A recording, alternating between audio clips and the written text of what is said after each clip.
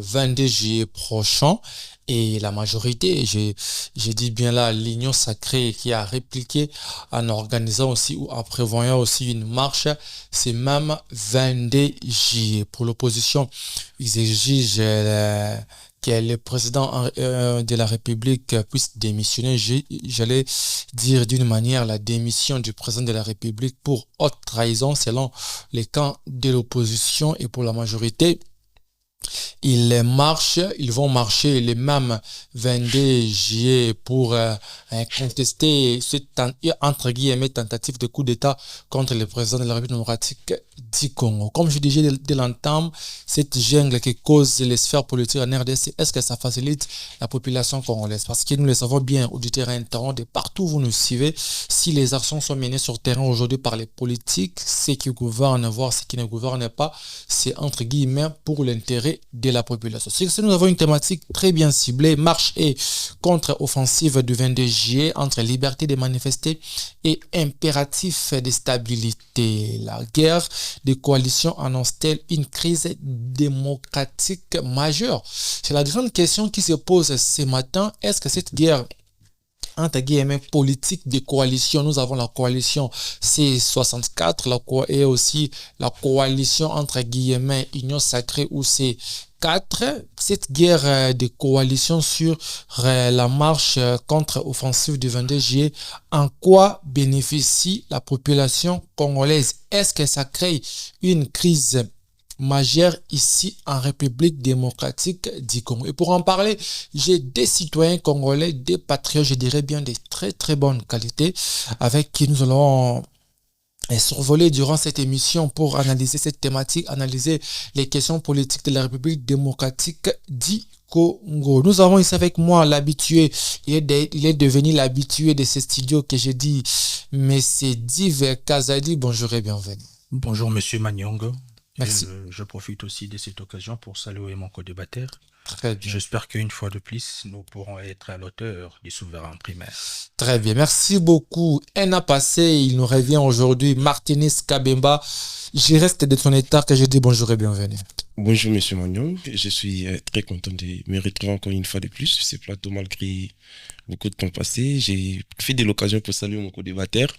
Et j'ouvre une parenthèse, hier, alors que j'ai scrollé sur mes réseaux sociaux, on m'a envoyé une vidéo où on voyait un nombre de médecins qui ont été arrosés. Je ne sais pas si vous avez aussi la vidéo. En tout cas, avec une profonde douleur, j'ai vraiment condamné cet acte. Simplement parce que ces gens ne faisaient que réclamer leur salaire. Après beaucoup de mois sans être payés, il était tout à fait normal et notre constitution garantit les droits de manifester. Ça, c'est légitime. Et je ne trouvais pas pour quelles raisons ces gens-là pouvaient se permettre de torturer les gens qui prennent les soins de nos vies. En tout cas, jusque-là, et c'est que je constate encore avec beaucoup de douleur et beaucoup de peine, aucun membre du gouvernement, ni le ministre provincial de la Santé, ni le ministre national de la Santé, aucun communiqué, aucune communication de la part du gouvernement. Et ça, on déplore.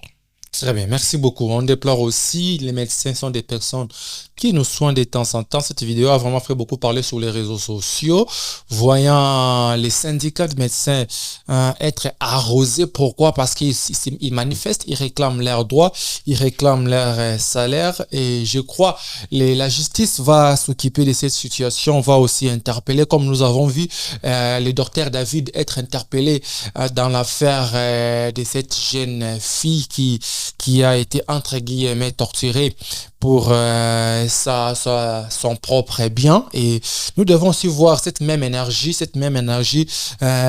que la justice peut aussi y mettre pour interpeller ces personnes qui ont entre guillemets effreint la loi en interdisant de manière dégueulasse aux médecins de revendiquer leurs droits. Mais les sujets d'aujourd'hui, ce matin, comme je l'ai dit à l'entame, une grande thématique ce matin, marche contre offensive du 22 juillet prochain, je crois que ça sera les mardis prochains, entre liberté de manifester et impératif de stabilité. Est-ce qu'il faut manifester? Est-ce que les manifestations doivent, entre guillemets, déranger la stabilité des Congolais? Et la grande question ce matin, c'est la guerre des coalitions, comme je l'ai dit, des coalitions, la coalition du pouvoir et la coalition de l'opposition.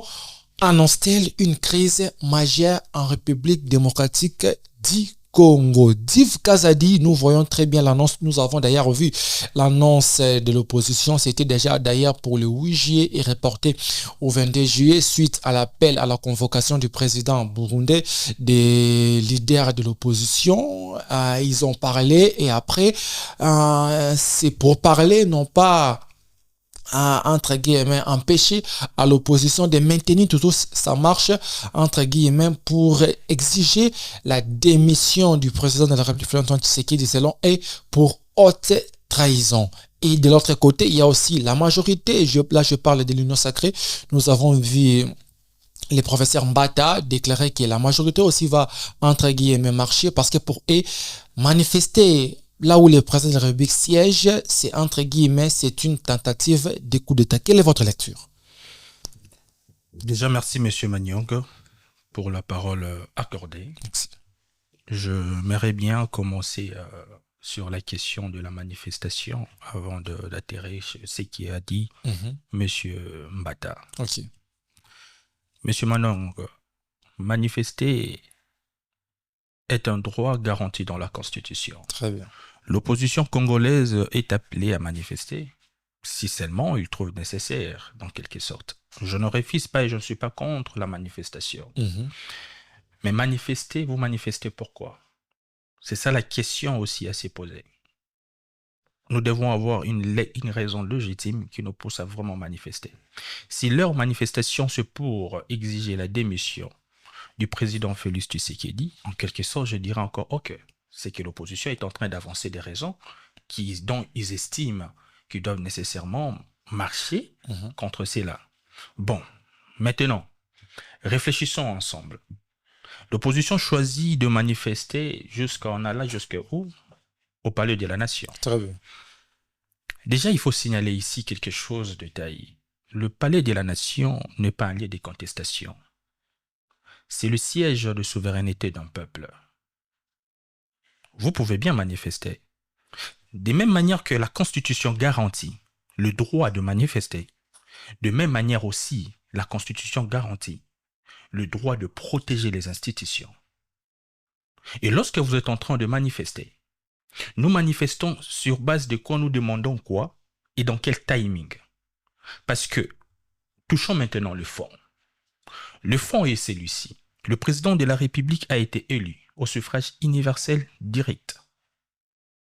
Donc, ce qui voudrait dire, il est le président de la République, soit à la fin de son mandat, ou au terme des urnes que le peuple peut réellement lui déroger de sa place.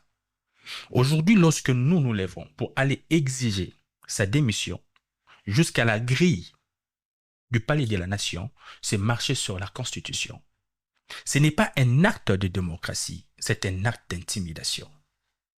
Et l'État est appelé à pouvoir protéger ses institutions. Vous pensez que l'opposition veut juste intimider le président de la République? Bon, c'est ça la réalité. Parce que l'opposition a un objectif que nous tous nous connaissons. Cet objectif, c'est quoi? C'est les dialogues inclusifs. Les dialogues qui doivent inclure Nanga, les dialogues qui doivent inclure Kabila. Sans Kabila, sans Nanga, l'opposition ne part pas en dialogue. Si ce n'était pas le cas, le pouvoir a proposé les États généraux de la refondation. Mettons-nous ensemble et réfléchissons. Mais pour eux, la solution ne peut être que meilleure si Kabila et Nanga sont autour de la table, parce que l'objectif, ce n'est pas vraiment le peuple. L'objectif, c'est les fauteuils. Mais maintenant, regardons dans un instant précis. Peut-être ma génération ne se donne pas la peine de pouvoir lire ou connaître l'histoire. Lors de l'invasion masquée du Rwanda, il y avait un monsieur qu'on appelait Théoneste Lizinde. Je crois l'avoir dit ici dans ces plateaux. Théoneste Lizinde a pris le soin de pouvoir contacter nos services de renseignement et leur dire que non, cette invasion que vous voyez ici, cette barbarie que vous voyez au Rwanda, l'objectif c'est l'invasion au Congo. Prenez des dispositions. Pendant ces temps au Congo, nous étions dans l'inquiétude, dans des discussions puériles. Et aujourd'hui, nous subissons 30 ans de souffrance à cause de cette négligence. Voilà encore aujourd'hui, pendant que le pays est agressé par l'ennemi, l'opposition cherche à donner de la carte à l'ennemi. Parce que manifester ici à Kinshasa pour exiger la démission du président Félix Tshisekedi, c'est certainement vouloir la déstabilisation du Congo. Mon co-débatteur est là. Je peux vous demander de pouvoir lui poser la question. Qu'est-ce qui arriverait si le président quitte le pouvoir? L'opposition accuse le président de la haute trahison pour vouloir changer la constitution à l'ère actuelle parce que vous savez très bien, comme moi, les pays traversent une crise sécuritaire à l'est de la RDC. Donc, s'il faut avoir des priorités selon l'opposition, bien évidemment, serait, entre guillemets, de vouloir d'abord trouver la paix à l'est de la RDC. Mais nous voyons la machine de la majorité et nous voyons l'Union sacrée travailler beaucoup plus sur le changement de la constitution qui est du retour de la paix. Et pour l'opposition, ça, c'est une haute trahison et le président mérite de démissionner. Permettez-moi une fois de plus de dire que c'est soit de la mauvaise foi ou encore de l'ignorance. Il n'y a pas de haute trahison lorsqu'on parle de changement de constitution. Déjà, il n'y a pas de haute trahison. Parce que dire cela, vous avez dit mon co-débatteur est juriste. Certainement, il ne va pas me contredire. Il y a un monsieur que tout juriste respecte au nom d'Emmanuel Joseph Sillé. La position dominante liée au changement de la Constitution repose sur la théorie constitutionnelle que ce monsieur a posée. Le peuple crée la Constitution. Alors, il serait absurde que la Constitution puisse empêcher le même peuple d'en adopter une autre si nécessaire. Et lorsque nous parlons ainsi, est-ce que le Congo vient et invente quelque chose qui n'existe pas dans le monde? Non, même pas. La France l'a fait. La Colombie, le Brésil, la Tunisie, l'Afrique du Sud, tant d'autres pays dans le monde ont pu réellement changer leur constitution sans que l'ancienne puisse avoir de détails ou encore la procédure pour arriver à un changement. Tout juriste doit le savoir. Je n'invente rien. Moi, je chasse de le dire. Je proviens du parti en vol de Délice Sanga, du président Délice Sanga. Je suis président de la Ligue des Jeunes. Je ne peux pas prétendre être plus intelligent aujourd'hui que M. Délice Sanga. Mais ce qui se passe aujourd'hui, ma génération, ce vieux qui se trouve dans le présidium du C64, c'est de la mauvaise foi, c'est de l'absence de l'honnêteté intellectuelle. Très bien, nous allons vous révéler. Nous retenons ça, l'absence de l'honnêteté intellectuelle. Martinez Kabemba, les pays est en ébullition. Les mardis prochains, les 12 prochains, l'opposition prévoit ou a prévu une marche, une revendication. La direction, c'est le palais de la nation. Pourquoi? Pour exiger au président de la République de démissionner pour haute trahison. Et de l'autre côté, il y a aussi l'union sacrée par le professeur Mbata. Ils vont aussi marcher pour revendiquer ou pour contester, entre guillemets, selon eux, le coup d'État vers le chef de l'État. Pour eux, l'opposition veut faire un coup d'État au chef de l'État. Ils vont, entre guillemets, aussi marcher. Mais du côté déjà de l'opposition, le gouverneur de la ville, prophète de Kinshasa, a accepté, entre guillemets, cette marche. C'est déjà approuvé par l'hôtel de ville.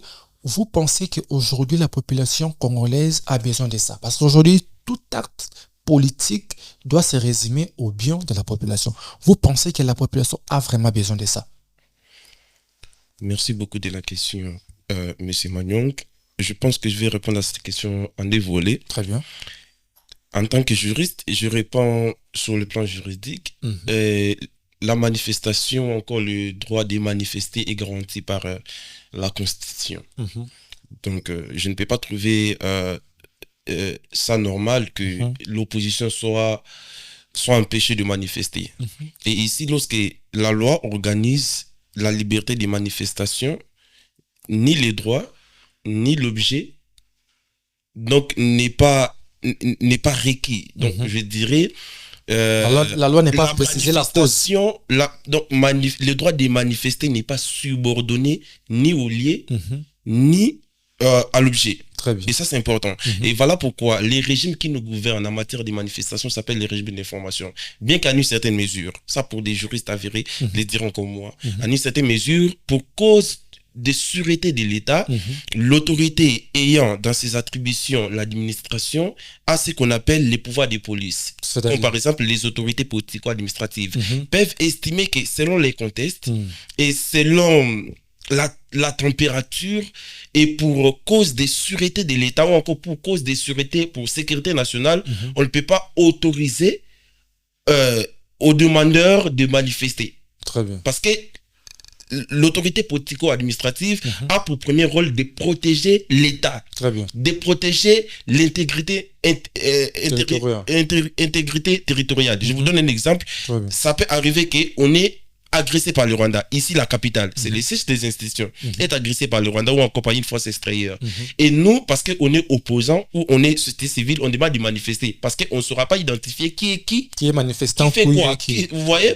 Et dans ces contextes, l'autorité politico-administrative qui exerce ce qu'on appelle les pouvoirs de police peut soit orienter les manifestants dans un autre endroit ou encore leur demander de recaler leur activité. Et ça, c'est tout à fait compréhensif.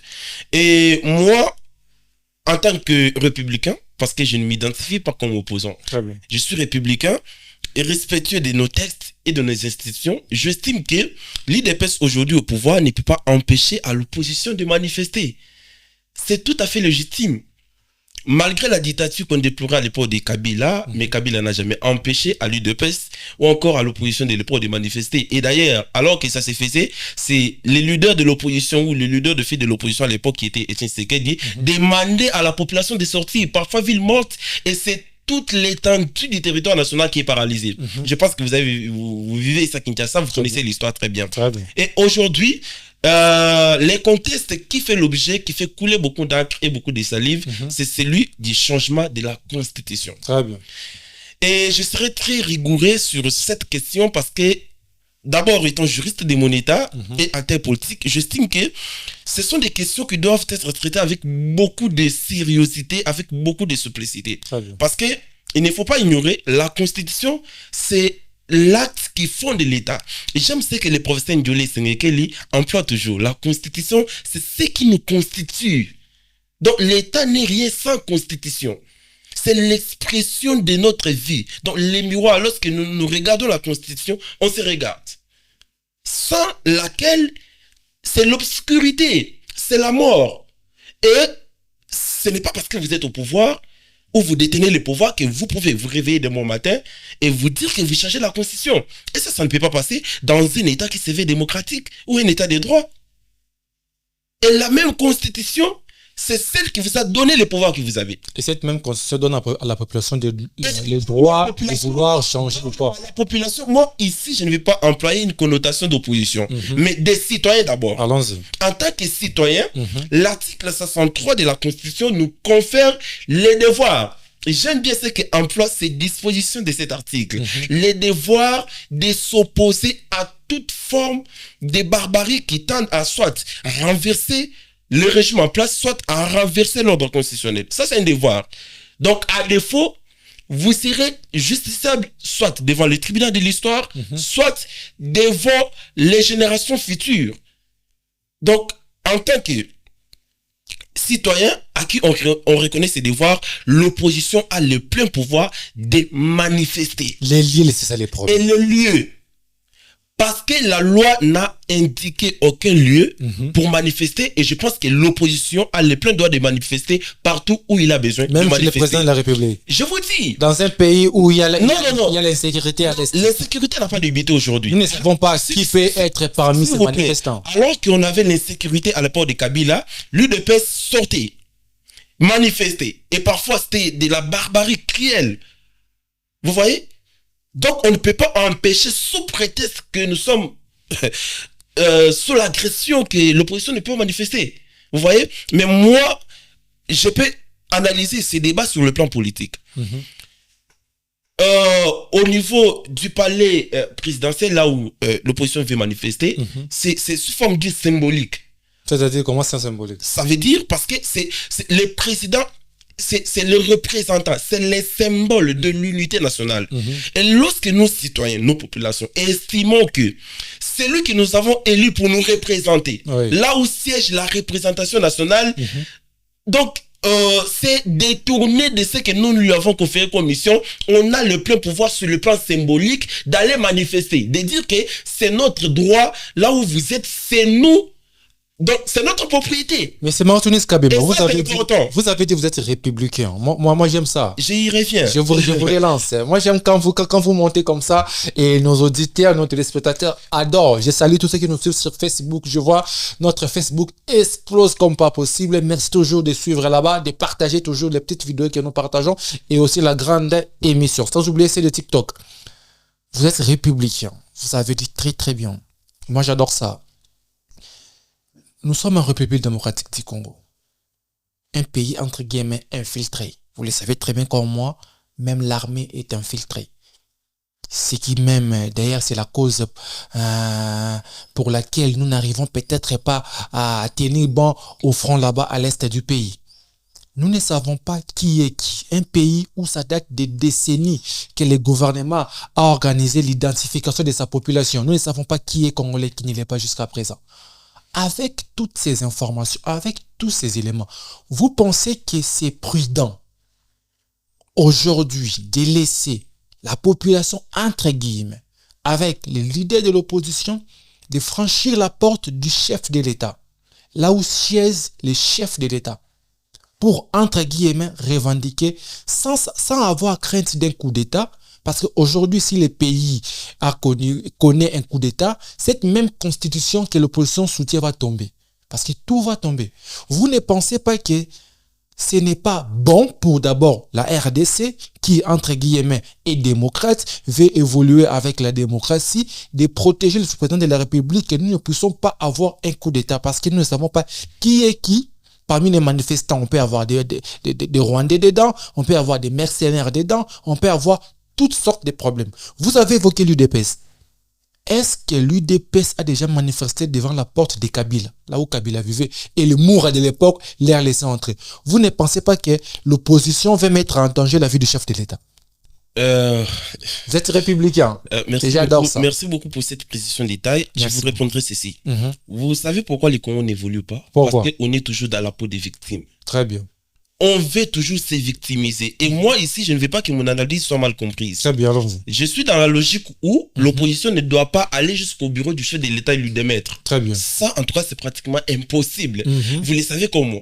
On peut beau dire, on peut faire des plateaux de télévision, mais c'est pratiquement impossible. Mais seulement, l'opposition peut arriver là, manifester pacifiquement, parce que je pense que, c'est ce que je disais même, je pense que j'étais sur Télé 50 ou encore sur Univers Télévision, je l'avais dit. Très bien.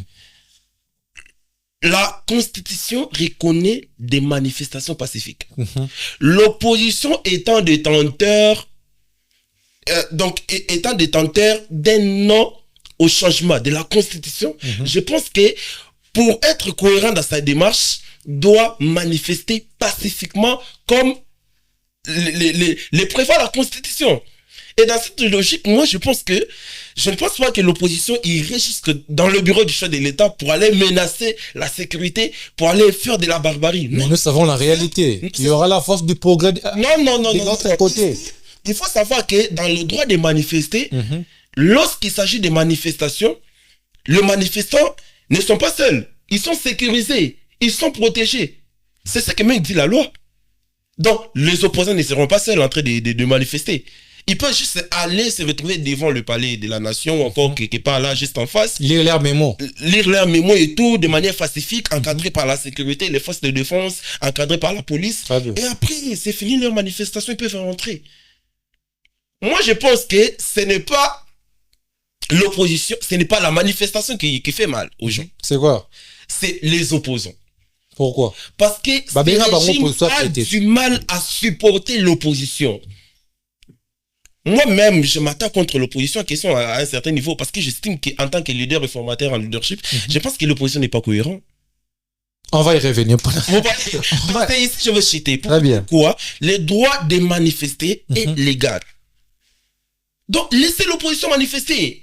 Et si nous sommes dans un état sérieux, pourquoi craindre? Parce que nous avons la police, nous avons ANER, nous avons les forces de défense, nous avons la DEMIAP, nous avons tous les services de sécurité qui peuvent encadrer entre guillemets la manifestation. Je n'arrive pas à comprendre qu'est-ce qui dérange. c'est l'opposition ou c'est le droit de manifester?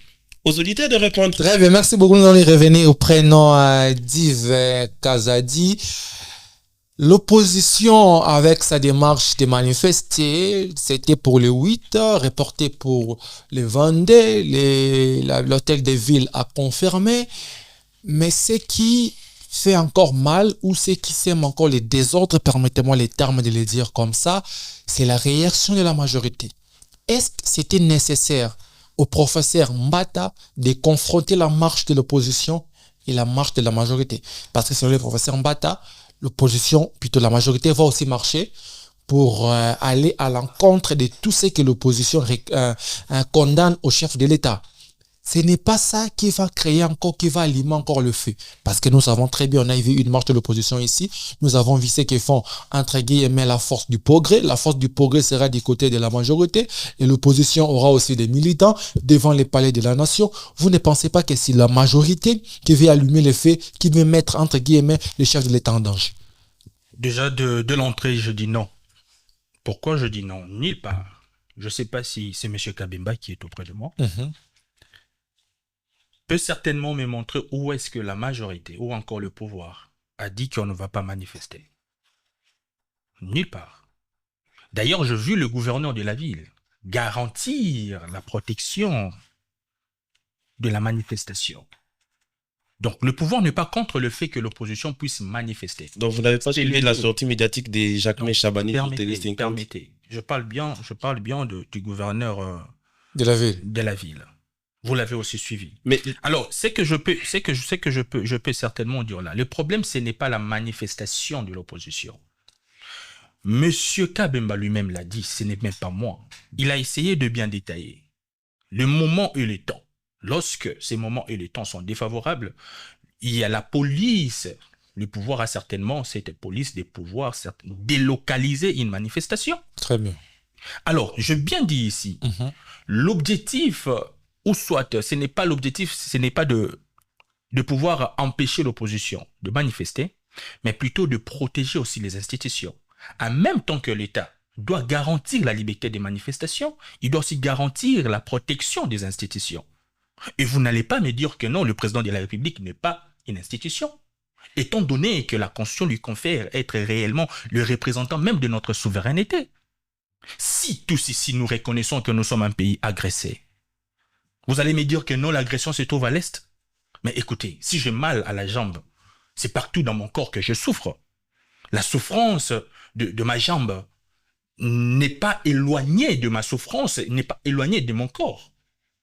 Si aujourd'hui nous sommes déjà infiltrés, nous le connaissons tous, nous sommes en pleine infiltration, pour quelle raison nous allons chercher à mettre encore notre institution en danger? C'est ça l'objectif. Pourquoi avoir l'idée de manifestation en danger? Parce que les opposants vont manifester, je signale, pacifiquement. Pourquoi penser directement au danger? En prévoyant, on n'a jamais regretté. Prévenir n'est pas de la bêtise, c'est plutôt de la sagesse. Voir le mal de loin. Lorsqu'on dit qu'on risque de donner l'opportunité à l'ennemi de pouvoir nous attendre, c'est à nous d'être prévoyants. C'est pas encore nous, de même manière que nous sommes contre le fait que notre État n'a pas l'attitude ou la capacité de prévoir les choses, dire encore que lorsqu'il prévoit, il fait mal. Parce que délocaliser leur liberté de manifester, ce n'est pas leur empêcher de manifester. Mais lorsque vous vous entêtez et vous ne voulez pas délocaliser, là vous poussez le pouvoir ou soit l'État de décider. Parce qu'il est appelé à pouvoir protéger ses institutions. D'ailleurs, signalons encore une fois de plus, le problème est que l'État n'est pas contre le marché, mais contre la déstabilisation de l'État. Mais c'est quand même dit c'est contre l'opposition. Non. Écoutez, moi je ne sais pas sur base de quoi le pouvoir d'aujourd'hui aura perdu l'opposition. Soyons sérieux, M. Maniang. Mais non. Moi, je suis d'ailleurs content que l'opposition puisse manifester parce que même moi, je veux voir la capacité de la mobilisation de cette opposition. Mais savez-vous quoi? L'opposition cherche à provoquer. L'opposition cherche à faire quelque chose qui fera en sorte que le pouvoir puisse commettre X bavure, Y bavure. Parce que leur problème, c'est Félix Tshisekedi. C'est Félix Tshisekedi qui doit nécessairement partir. Le combat, c'est contre Félix Tshisekedi. Le combat, c'est pas pour le développement du Congo. Pour haute trahison selon eux. Mais haute trahison sur base de quoi? Je viens ici de parler de la Constitution. Ils ont parlé de la balkanisation, que changer la Constitution va amener la balkanisation dans les pays. Non, soyons sérieux. Soyons sérieux. Monsieur Kabemba est juriste. Même si aujourd'hui nous partons en référendum, cela ne donne pas le droit à ceux qui occupent l'Est de déclarer cette partie indépendante. Il y a toute une procédure juridique et une reconnaissance internationale qui nécessite cela. Mais ça, est-ce que nous serons appelés? Nous serons appelés. Ça ne va pas renforcer leur position. C'est ce que je suis en train de dire. Nullement aussi. Nullement aussi, on a fixé la date liée au référendum. Pourquoi on s'agite? Nous sommes que dans la réflexion sur la question. Nous sommes en pleine réflexion. Nous sommes en débat. Vous ne pouvez pas nous empêcher, nous, de ne pas réfléchir sur l'avenir ou sur le destin de notre État. C'est cela la réalité. Réfléchir encore est devenu une mauvaise chose. Et sur base de cela, lorsqu'il parle des coups d'État ou encore haute trahison, je viens de le dire ici, le changement de la Constitution n'est pas un problème, étant donné que même M. Kabemba lui-même n'a pas été contre le fait de changer la Constitution. Il dit certainement que c'est un langage des opposants. Donc si, ici on peut reconnaître que le changement n'est pas un problème, pourquoi alors on parlera encore certainement, je ne sais pas, vous avez utilisé quelle expression? Coup d'État constitutionnel. Voilà, coup d'État. Pourquoi on utilise cette expression? Ça n'a pas de sens, ça n'a pas sa place. Je le répète, la position dominante, nous pouvons aller tous voir la position dominante d'Emmanuel Joseph Sieyé et que la Constitution est possible d'être échangée. Mais dans quel contexte? C'est ça aussi c'est que l'opposition condamne. Non. Juste là, il n'y a pas eu changement de constitution, M. Magnon. Mais c'est tout un processus et ça commence. Il faut, comme dit chez nous... il faut casser le processus. Voilà. Sur base de quoi? Pour eux, vu que les pays est occupé, vu que la population meurt de faim, ce que l'État doit faire, c'est d'abord... Dire et respecter. Sur base de quoi il faut couper la procédure? Sur base de quoi? Pour quelle raison? Parce que tout ce qui est en train de faire semble respecter le rythme constitutionnel. Mais pourquoi alors nous devons être contre cela? Pour l'opposition, ce n'est pas prioritaire. Nous avons plusieurs priorités, la sécurité, la famine, le chômage. Écoutez, bien sûr, je ne suis pas en train de vouloir nier ici le chômage ou encore la famine. Mais nous sommes appelés un jour à pouvoir toucher ces tests qui nous bloquent. M. Kabemba l'a aussi bien détaillé d'une certaine manière pour dire que non, la Constitution, c'est l'arme sacrée d'un État. On ne peut pas blaguer avec ces tests qui nous lient définitivement. Alors, empêcher une génération de ne pas toucher la Constitution, c'est certainement le lier définitivement. Une génération ne peut pas lier définitivement toutes les générations futures. C'est d'ailleurs difficile et difficilement conciliable avec le principe démocratique, M. Magnang. Vous avez parlé de quoi? Vous avez parlé que l'opposition cherche juste à provoquer le pouvoir, à provoquer les camps Tshisekedi, si je peux l'appeler comme ça. Ce n'est pas aussi la majorité qui répond à cette provocation. Parce que selon M. Martinez Kabemba, c'est clair. Comme la Constitution donne droit à chaque citoyen congolais de manifester, de revendiquer de manière pacifique, l'opposition peut le faire avec ses militants, aller devant les palais de la nation, parce que d'une part, ils vont aller casser les portails du palais de la nation, ils vont entrer dans la chambre du président de la République, peut-être ils seront juste d'ailleurs, lire leurs mémos et rentrer. Le mal est où? Je crois que c'était même ça ma question. Quand la majorité revendique ou répond en disant qu'elle va aussi marcher vers les mêmes lieux, les lieux que l'opposition aussi, entre guillemets, a indiqué. Nous savons très bien, on peut parler des droits, on peut parler de la logique, parler de la réalité dans notre pays. Quand il y a marche opposition et majorité, ça tourne toujours en bavure. Il y a la force du progrès de l'autre côté qui peut faire ce qu'ils savent faire chaque jour. Il y a aussi les membres de l'opposition de l'autre côté. Ça peut tourner toujours en bavure. Vous ne pensez pas que c'est ça allumer le feu? C'est ça mettre le président de la République en danger, à lieu et place de laisser l'opposition revendiquer dans toute pacificité? Monsieur Magnon, je crois l'avoir dit ici. Il y a deux moyens de pouvoir délocaliser le président Félix Tshisekedi du pouvoir, soit à la fin de son mandat, ou encore par les urnes. Mais je crois que nous allons parler de fin de mandat, parce qu'il est déjà il a déjà atteint ses 2 mandats. Alors, vouloir marcher pour chercher le départ du président de la République, c'est vraiment le coup d'état d'Hillary face aux urnes. C'est-à-dire, quelque part, l'opposition est en train de cracher sur les 13 millions de Congolais qui sont allés voter.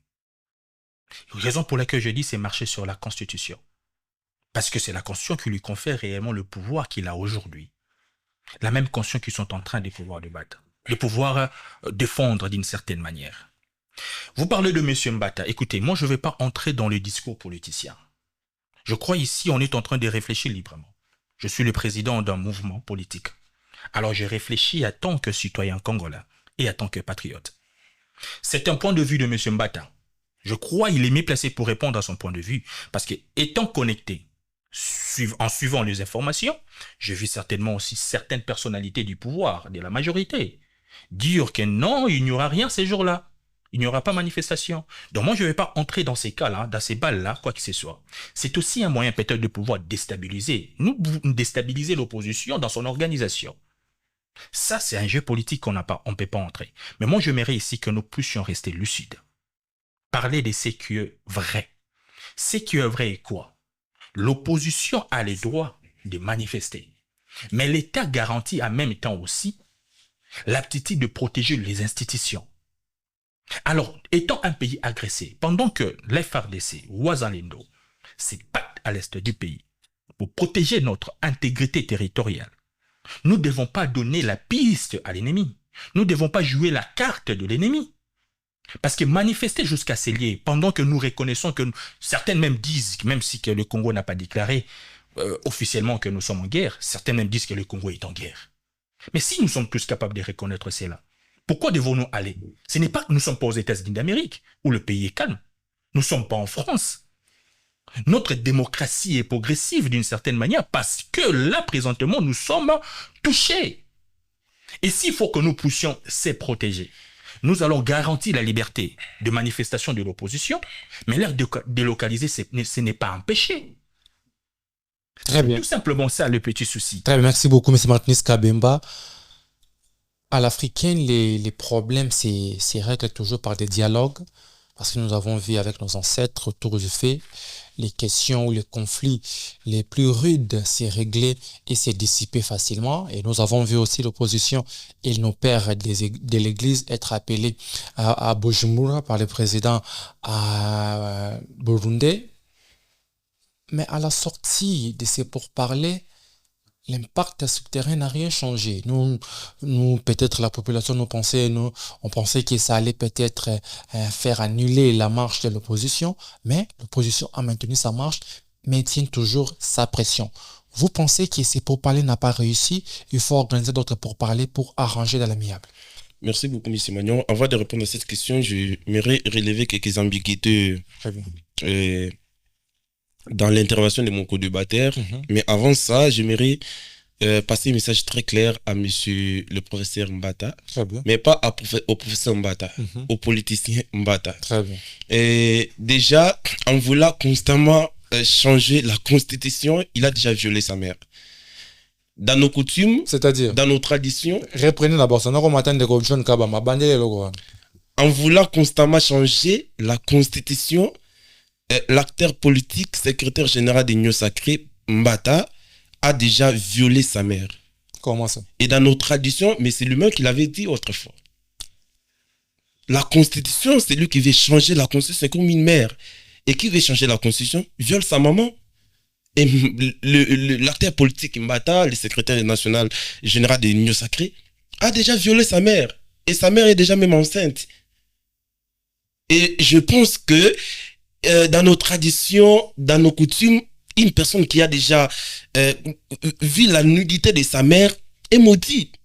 Donc, M. Mbata est déjà maudit. Je pense que ces débats ici, il peut tourner de dos à ces débats. Je réponds à mon co-débatteur. Allons-y.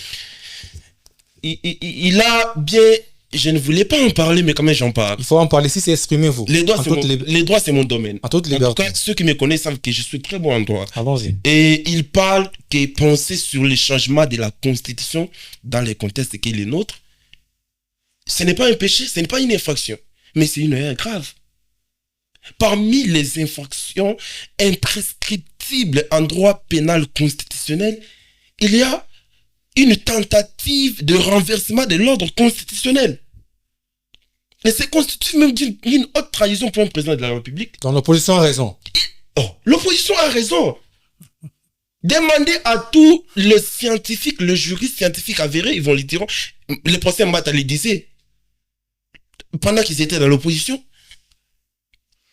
Et je pense que, et d'ailleurs, le procès Mbata était très sévère lorsqu'il discutait sur cette question. Lui disait que normalement l'État doit instruire au pouvoir judiciaire de mener des enquêtes et d'arrêter toute personne qui parle d'un changement de la Constitution. Parce que c'est constitutif d'un coup d'État constitutionnel. Ça, c'est le professeur Mbata d'hier. Qui le disait hier? Il y a ces vidéos sur YouTube, dans des réseaux sociaux. Et Emmanuel Sey, qui l'évoque ici, c'est lui qui a développé la théorie de la souveraineté nationale. Oui, la souveraineté nationale, d'une part, c'était Jean-Jacques Rousseau qui développait la souveraineté fractionnée. Il estime que la souveraineté appartient à tous les peuples congolais. Lorsque vous voulez aller au référendum pour changer, obtenir les cutis de la population qui n'est pas sous pression, qui n'est pas sous gouverne des rebelles pour changer la constitution. Alors, que deviendra-t-il ou que deviendra-t-elle la population de l'Est du pays? Parce qu'ici, il dit que même pour proclamer une nation, il faut qu'il y ait des procédures, mais je vais lui rappeler un principe fondamental en droit international. C'est ce qu'on appelle l'autonomie du peuple, les droits des peuples à disposer d'eux-mêmes. Allez lire le droit international. Le mal avec cette génération, vous voulez tout embrasser, mais on ne fait pas lire. Voilà pourquoi il y a des choses qu'on aborde, mais qu'on ne maîtrise pas la portée. Si aujourd'hui vous voulez aller au référendum pour changer la constitution, mais ne pas constituer cette population va se sentir délaissée, abandonnée, et elle a le droit de s'autoproclamer. Nous avons... Elle bénéficiera de l'appui de la communauté internationale. La même question, nous avons reçu récemment les maîtres, il est aussi juriste, Jeannot Ilunga. Qu'est-ce qu'il dit selon lui? Si la population de l'Est n'est pas consultée, vu qu'ils sont, entre guillemets, sous autorité des rebelles, dans les changements ou dans les référendums pour le changement de la Constitution, leurs élus qui sont en Kinshasa peuvent être consultés à leur place. Qu'est-ce que vous en dites? Non. Il y a des matières, je vous énumère ici les moyens d'expression du peuple. La population s'exprime soit par elle-même, voilà pourquoi la Constitution organise les référendums. Donc, il y a de ces cas, il y a de ces matières où il faut consulter la population elle-même. La population ou le peuple peut s'exprimer par ses représentants ou au moyen de ses représentants. La population peut s'exprimer au moyen de ses dirigeants. Ça, c'est les trois modes d'expression d'une population ou d'un peuple. Mais pour ce qui est cette matière, la matière de changement de révision, ça c'est une matière qui est propre au peuple lui-même, à la population elle-même. Voilà pourquoi même la constitution actuelle prévoit quelques matières qui peuvent faire l'objet d'une consultation référendaire. Il y a peut-être l'adjonction du territoire. S'il était juriste, il allait le comprendre. Il y a peut-être la délocalisation d'une capitale. Je pense que ce sont des matières qui sont débattues dans la rue. Il y a beaucoup de matières comme ça. Donc, pour, n'est-ce pas, exercer ces pouvoirs, il faut directement, n'est-ce pas, consulter la population elle-même. pas au moyen de ses représentants, ni au moyen de ses dirigeants, directement consulter la population elle-même. Et ça, c'est important. Et je reviens à la question que vous m'avez posée. Avant qu'il faut revenir une parenthèse, parce que c'est aussi important, l'opposition parle d'un coup d'État constitutionnel, haute trahison, balkanisation. Vous pensez qu'ici, par référendum, la population de l'Est n'est pas consultée, la population aura droit de se déclarer république et ce sera de la balkanisation? C'est en vertu du principe de l'autodétermination, les droits de peuple à disposer d'eux-mêmes. Je pense que tout juriste sérieux, pas celui qui a fréquenté la faculté des droits, pas des semi-juristes des réseaux sociaux. Tout juriste sérieux connaît ces principes de droit international. L'autodétermination d'un peuple, les droits des peuples à disposer d'eux-mêmes. C'est un principe de droit international. Si aujourd'hui, les pouvoirs en place se permettent d'organiser le référendum pour consulter la population qui est ici à Kinshasa, ou encore dans d'autres provinces qui ne sont pas sous impulsion de rebelles, pour n'est-ce pas obtenir les quitus de changer ou de réviser la constitution, sans cette population-là qui est à l'Est, qui souffre.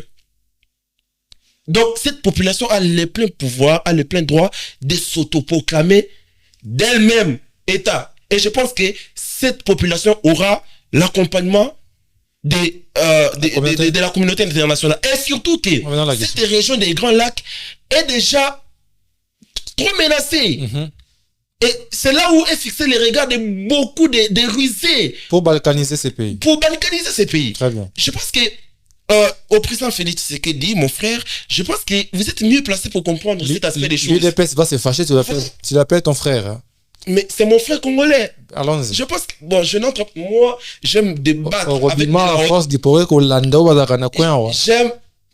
Bien. Je pense que Rossi Mukendi le disait hier, il le disait, je préfère mourir pour une bonne cause. Je peux mourir par la malaria, être piqué par les moustiques, mourir de faim. En tout cas, ça c'est une mort inutile. Parle à ton frère. Mais pour mourir, pour la cause qui est noble, les Congos, les grands Congos, moi je pense que c'est un honneur. Parle à ton frère, il t'écoute. La caméra est là. Je parle au président Félix Tshisekedi, à mon frère. Très bien. Ton frère. À mon compatriote. Très bien. Celui avec qui on était hier dans l'opposition. Ne suivez pas tous ces tambourinaires qui étaient avec Kabila et voire même avec Mobutu. J'étais estomaqué d'entendre que un monsieur qui était réputé à l'époque de Kabila, d'un bon orateur, qui manipulait tout le monde, et dire aujourd'hui qu'il était manipulé par Kabila. Tous ces tambourinaires sont des flatteurs, monsieur Tshisekedi. Vous voyez la mère Mbeno Malanga. Tous ces tambourinaires, tous ces flatteurs sont des sorciers à l'époque. Ils n'ont pas aidé Kabila. Voilà pourquoi Kabila, jusqu'à aujourd'hui, les regrets n'a jamais eu aucun bon Congolais autour de lui qui pouvait lui aider. Ils n'ont pas aidé Mobutu. Et aujourd'hui, ne tombez pas dans les mêmes erreurs, mon frère, monsieur, le président Félix Tshisekedi. Ça, c'est important. Je reviens à la question que vous m'avez posée. Rapidement. La question que vous m'avez posée, c'est celle de savoir si les dialogues a échoué. Moi, vous voyez, ce qui nous manque dans ces pays, c'est de comprendre ce que nous voulons. Vous voyez?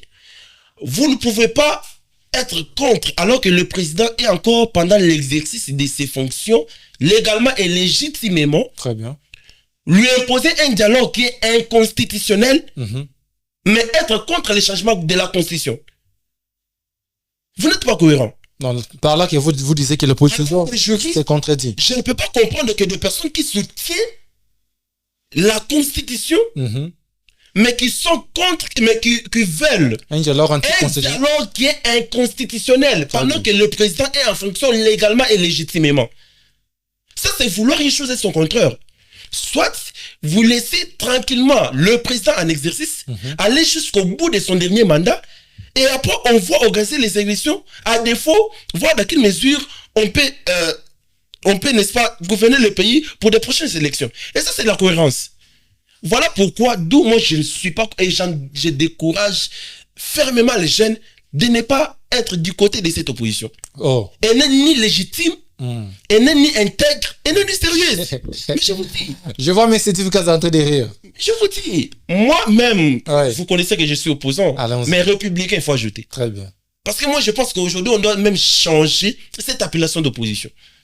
Vous pensez que l'opposition court derrière ses intérêts? Court derrière ses intérêts. Il n'y a pas le bien-être de la population dans cette histoire. Voilà pourquoi espérant que auprès des Ndachimi où ils auront gain de cause, ils n'ont absolument rien vu de grave peut-être, et ils reviennent encore pour mobiliser ces jeunes qui n'ont rien, qui sont encore piétons, d'aller mourir dans la rue, pendant que leurs enfants sont en Europe, pendant que leurs enfants étudient dans des bonnes universités.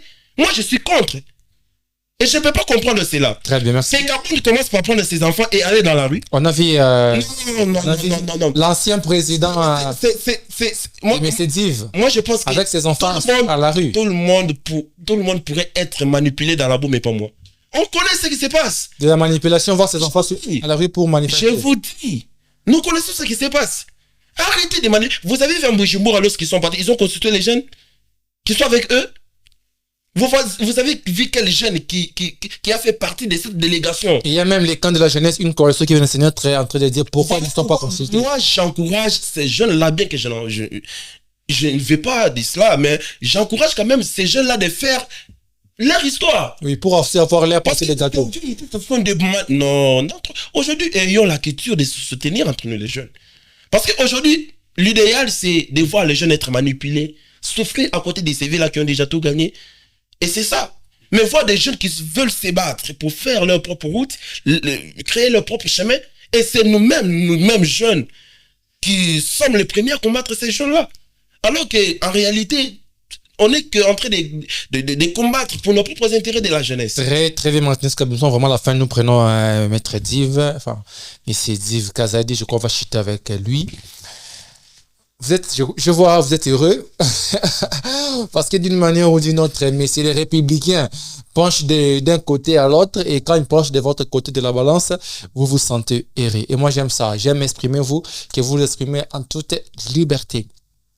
Les opposants sérieux ou non. Il y aura marche ce vendredi et la population va sortir pour revendiquer. Et s'il y a bavure, s'il y a retournement, il y a ceux qui seront peut-être blessés, que je ne souhaite pas. D'autres vont perdre la vie, je ne le souhaite pas non plus. Mais c'est par les sangs, par des marches comme ça, que plusieurs pays ont, entre guillemets, gagné leur indépendance, ont, entre guillemets, développé leur pays. Vous pensez que la population aujourd'hui doit se taire, rester à la maison, n'est pas suivre l'opposition pour marcher, réclamer entre guillemets leurs droits. Je dis bien entre guillemets leurs droits. Mais c'est Div Kazadi. Monsieur Magnong, permettez-moi d'abord de répondre à mon co-débatteur. Allons-y. Vous voyez dans un débat contradictoire, lorsque votre co-débatteur est en train de s'exprimer, on ne regarde pas Maboké avec le téléphone, dans les téléphones. Il faut être concentré et bien écouter ce qu'il est en train de dire. Nullement, moi, Div Kazadi, j'ai dit qu'il doit nécessairement avoir un changement de la Constitution maintenant. Mais je reconnais et je suis pour la réflexion liée au changement de la Constitution. La jeunesse doit apporter les éléments qu'il souhaiterait certainement inclure dans cette Constitution. Je suis ni pour le changement de la Constitution, pendant que notre pays est divisé, mais encore moins aussi pour les élections. Ça serait deux poids, deux mesures.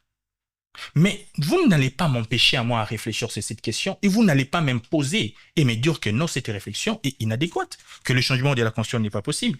Il a parlé d'Emmanuel Siey, mais il a survolé. Il n'a rien dit de profondeur. Pour un juriste, c'est vraiment décevant. Je veux dire encore une fois de plus à mon co-débatteur, je suis aussi juriste. Lorsque j'évoque Emmanuel Siey, certainement, il sait de quoi je parle, raison pour laquelle il n'a pas voulu aller en profondeur. Parce qu'on ne peut pas refuser à une génération. On ne peut pas demander à une génération de lier toutes les générations futures. C'est inconcevable. La France est à la 5e République.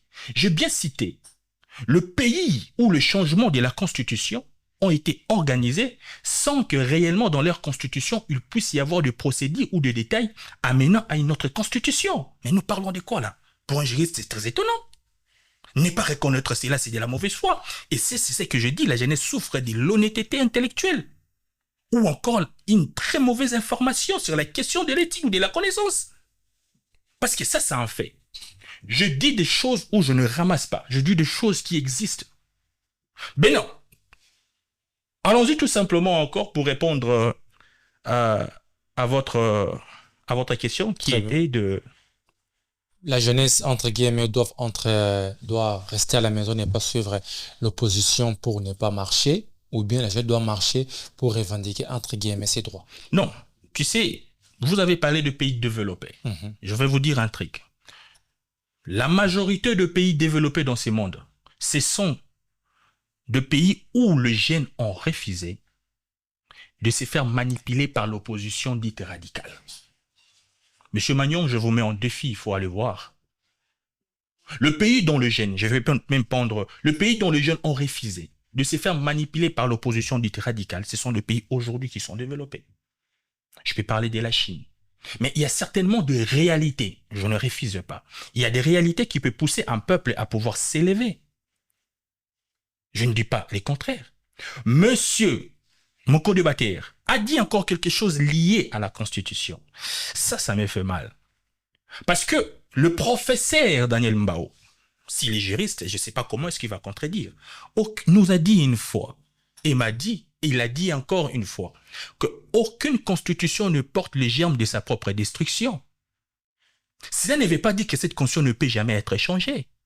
Mais seulement, la raison qui doit pousser les changements doit être valable et solide. Nous ne pouvons pas changer la constitution pour Félix Tshisekedi. Je dis non. Moi, je ne parle pas ici du 3e mandat du président de la République. Parce que même arrivé à la 4e République, le président de la République serait obligé de se présenter si au peuple de décider s'il veut le lire ou pas. Mais si seulement nous retrouvons la paix à l'est du pays, mais en même temps qu'on n'a pas retrouvé la paix à l'est du pays, l'opposition propose que nous allons aux élections en 2028. Mais à un moment donné, soyons sérieux. D'ailleurs, la question du référendum, parce que monsieur mon co-débatteur a voulu certainement manifester cette qualité de juriste. La question liée au référendum, la Constitution a dit nulle part que s'il n'y a pas X ou Y parti du Congo, il ne peut pas y avoir référendum. Nulle part. Oh, qu'est-ce que vous racontez?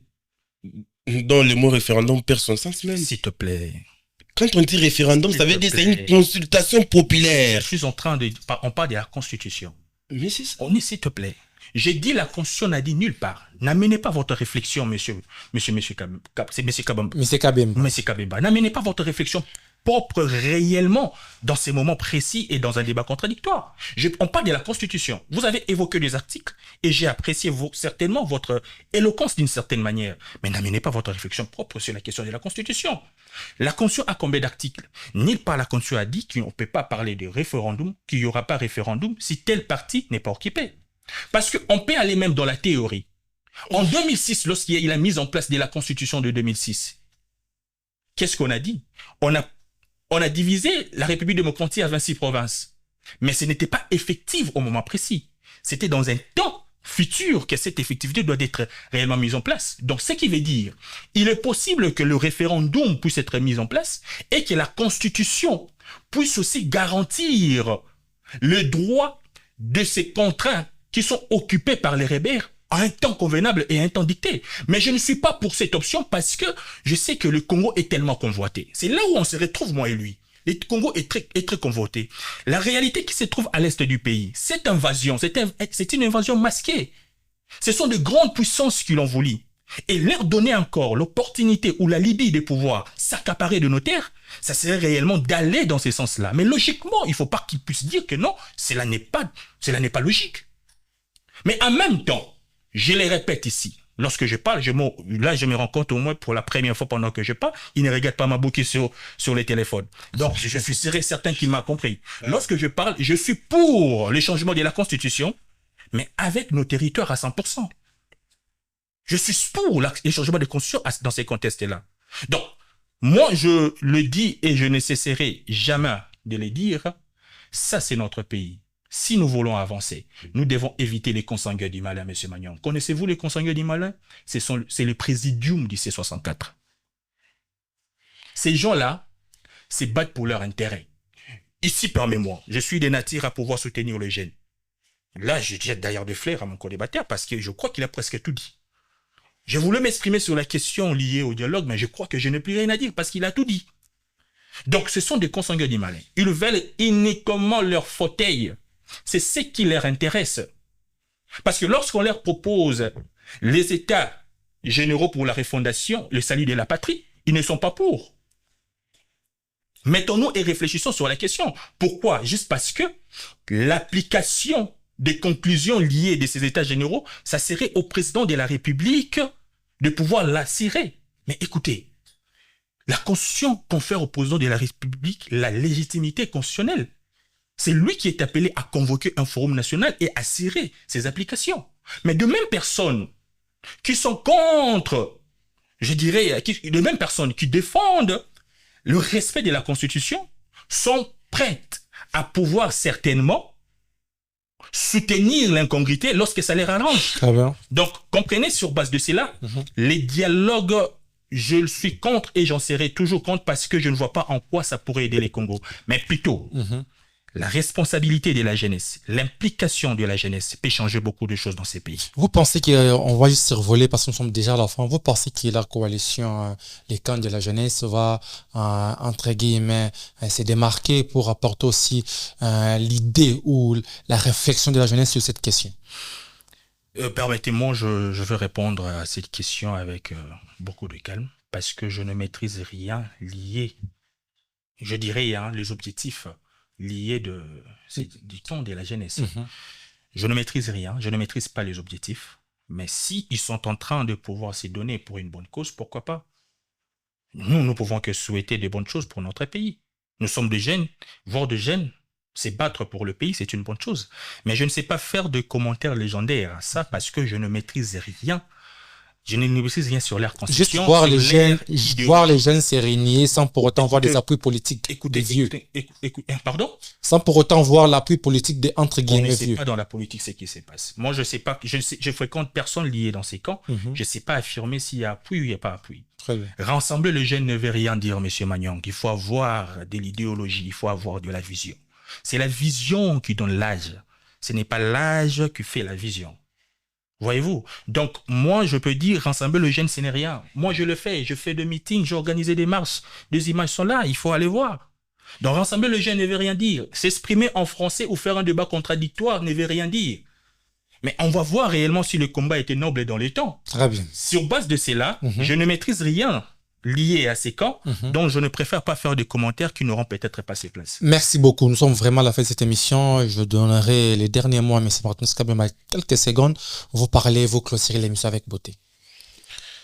Merci pour l'invitation déjà. Je vous en prie. Et j'ai dit également merci à tous les auditeurs qui nous ont suivis. Je pense que on a beaucoup à dire, mais le temps nous fait défaut. Très bien. Ce que je peux dire à la jeunesse congolaise, c'est de rester debout et vigilant. Cette fois-ci, pas question d'être manipulé. Notre valeur ne vaut pas un t-shirt de 5000 francs qu'on va te donner. Ta valeur ne vaut pas un 5000 francs qu'on va te donner pour le transport. L'avenir, moi je ne dis plus l'avenir, mais le présent du Congo, c'est nous. Et il est temps que nous puissions nous lever. Plus question de manipulation politicienne, ni l'opposition, ni majorité. Pas question. Maintenant, il est temps que la jeunesse congolaise puisse se mettre debout et défendre la cause de sa patrie avec intégrité. Très bien, merci beaucoup. Nous sommes vraiment à la fin. Vous aurez un dernier mot? Non, c'est bon. Déjà, je vous remercie aussi pour l'invitation et aussi merci à mon co-débatteur parce qu'au-dessus de tout, on a respecté le temps. Chacune des personnes a pu respecter son temps. C'est un peu rare de voir des jeunes faire des débats et respecter le temps de l'autre. Merci beaucoup à vos auditeurs et internautes. Vous allez nous suivre de partout de nos plateformes. Vous nous avez suivi en direct de la radio Afro Diaspora Média en direct de Canada à Vancouver. Vous serez sur YouTube Afro Diaspora Média. Abonnez-vous sur nos réseaux sociaux Facebook, Instagram et TikTok, voire même Twitter. Abonnez-vous déjà. Le débat est là, à votre disposition. Partagez, consommez votre opinion en commentaire. Si vous voulez aussi passer, vous exprimer dans cette émission, exprimez-vous. Nos pages réseaux sociaux ont un numéro lié. Essayez d'écrire et nous allons toujours vous recevoir. Moi, c'était Moïse Magnon à la présentation. On se retrouve la semaine prochaine. Au revoir.